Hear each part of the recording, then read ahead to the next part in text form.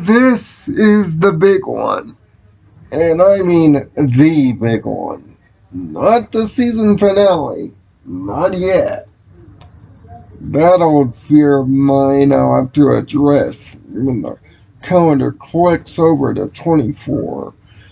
But when it comes to Franz Hopper, episode 49, this is the single most important episode of the entire season.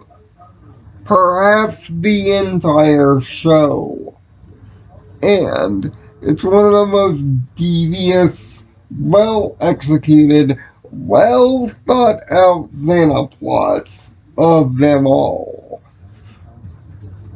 Let's call a spade a spade. Xana almost won, if not for one detail. One. This plot is perfect, and it brings the main plot of the entire season into massive focus. And if you're a returning viewer like myself, you notice the tip-offs and clues to the real truth almost instantaneously. I mean, Xana got these kids bugging hard. It starts with him just merely being there, acting like a good guy would, doing what the good guys do, and generally being helpful. Now, it's been, at this point, about 2 years since the journey began. And Jeremy's dad has an opportunity, a chance to get out of Caddick and go to a school for more intelligent kids. They use the term gifted here, which is kind of outdated and vague, if you ask my drift, but still, gifted. Essentially, it's a school where other smart kids like Jeremy hang out with other smart kids. And they maximize their smartness.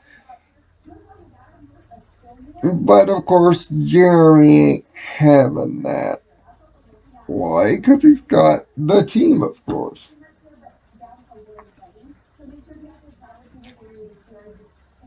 I mean, everything goes well.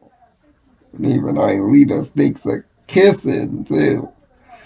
This kid went 2 years ago from being an anti-social that didn't want any friends and rather would want to mess with his robots to a full-blown friend gaggle and, unbeknownst to his parents' knowledge, hero of the entire planet.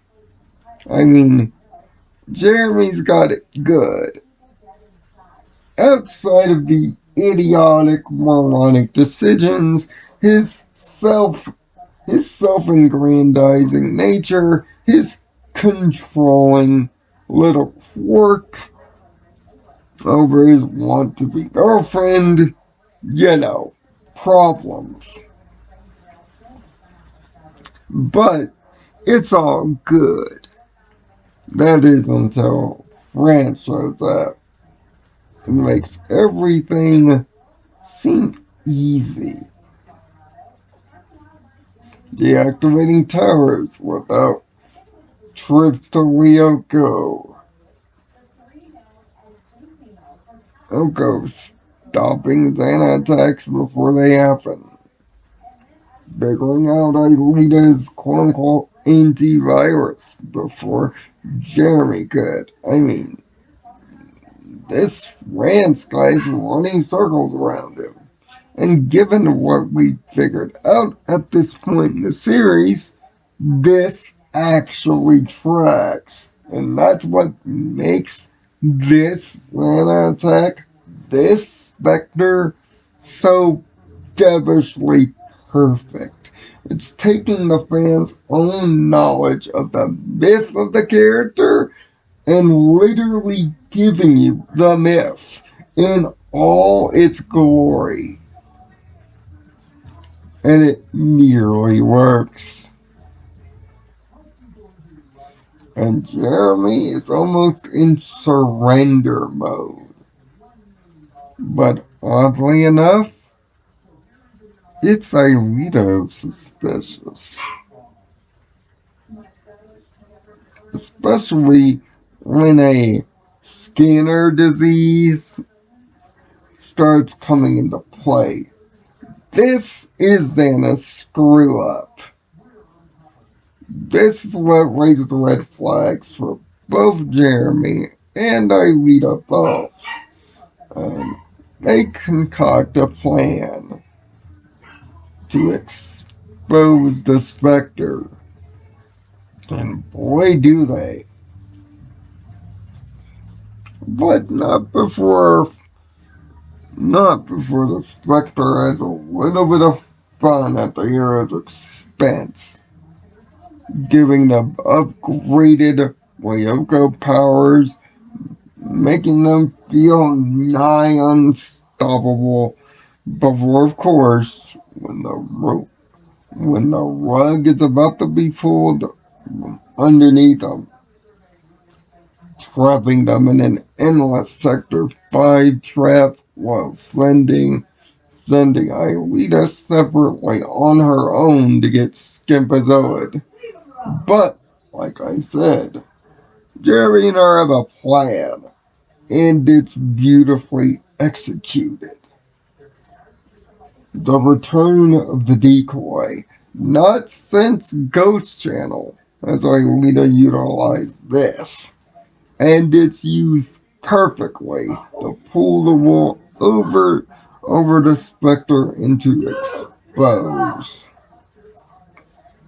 Jeremy, of course, takes back control, and the day is won, and the friendship group is back on. And we actually see Jeremy's dad for the first time ever.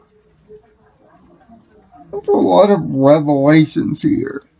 But underneath all of this is the actual truth of all of it. See, Xana Franz lets loose some actual critical information.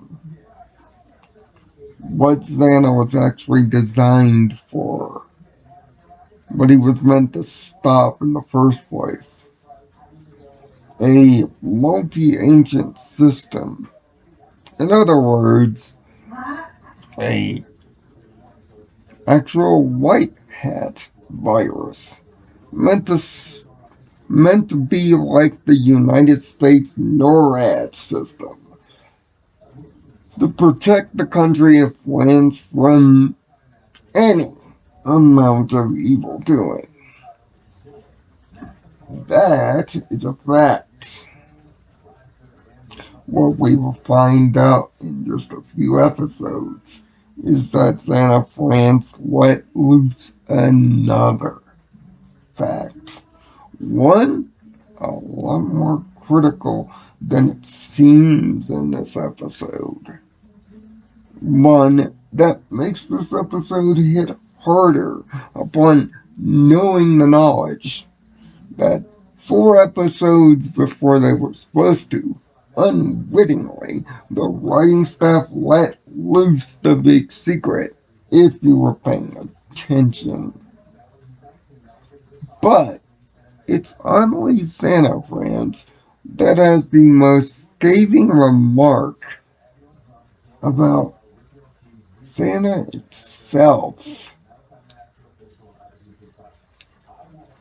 When he's deactivating 5 towers single-handedly, Franz says a line that has stuck with me. Despite its evil origins, And despite the future of the series, this is Xana's one fatal flaw, giving everything. Oh, that Xana. He locks the door, but leaves the window wide open. Translated, Santa gets about 95% of his plots right, and let's be honest, he does. He has nearly perfect plans in both seasons, but especially this one. And no Santa plot better exudes this quote more than actually this one. If you analyze this plot on a deeper level, it's a perfect Xana plot. I mean, absolutely perfect. Every detail mastered. Every word perfectly said. Getting Jeremy to nearly quit. Everything lines up perfectly. The doors are locked, but the window wide open is the one thing Anna didn't count on. The friendship mattering.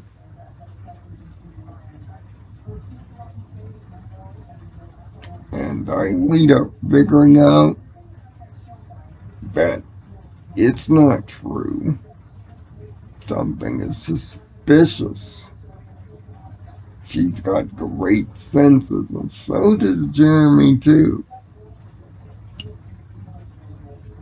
The two of them, together, caring about each other, wanting to know the truth. See, all that Xana needed to do to win the day was come up with a way to keep Jeremy involved without taking total control. If he would have kept Jeremy at arm's length, he would have easily won the day. But because he finds Jeremy inferior in every way and allows Franz to show that ego, that was the window. In other words, Santa in this episode is being by himself. His own ego is what keeps him away from winning this day. 98% of this plot is completely correct, except for the 2% of Xana's own ego. The fact that he had him trapped, and he allowed his ego to show at the worst time. And that's what got him got.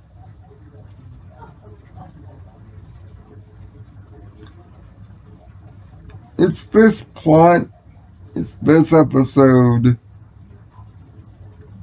that shows Coleoco at its devilish best.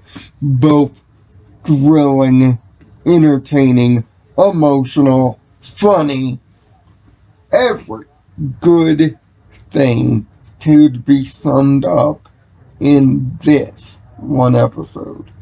Yes, I've heard it from other parts of the fandom that the kids should have not been this stupid, that they should have seen it coming, and that's really the kids being hit with the idiot stick. No, it's not the kids being hit with the idiot stick. It's us, the fans, knowing the information from all the episodes before, given the myth, knowing it's a trick. Because, for now at least, it's a myth.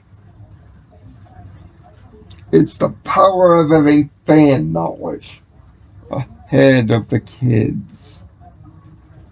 Warning them repeatedly, it's a trap. But seeing the perfect execution of the trap. It's Chekhov's gun, executed perfectly. Franz offers a 6 out of 6. It might be the single strongest episode of the series. If not, for an episode we're going to talk about weeks down the line.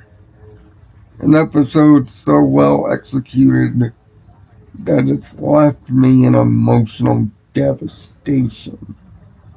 So much that I've only seen it twice. And you were 3 episodes away from hearing me voice my thoughts on it. Because from 3 episodes from now, I face my demon for only the 3rd time. Thank you for signing in this week.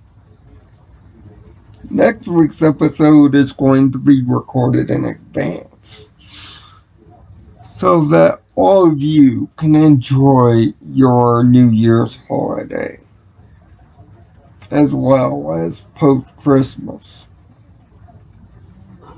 Have a happy holidays. I'll see you next week, normal time. Enjoy the holidays. And lock the doors and close the windows.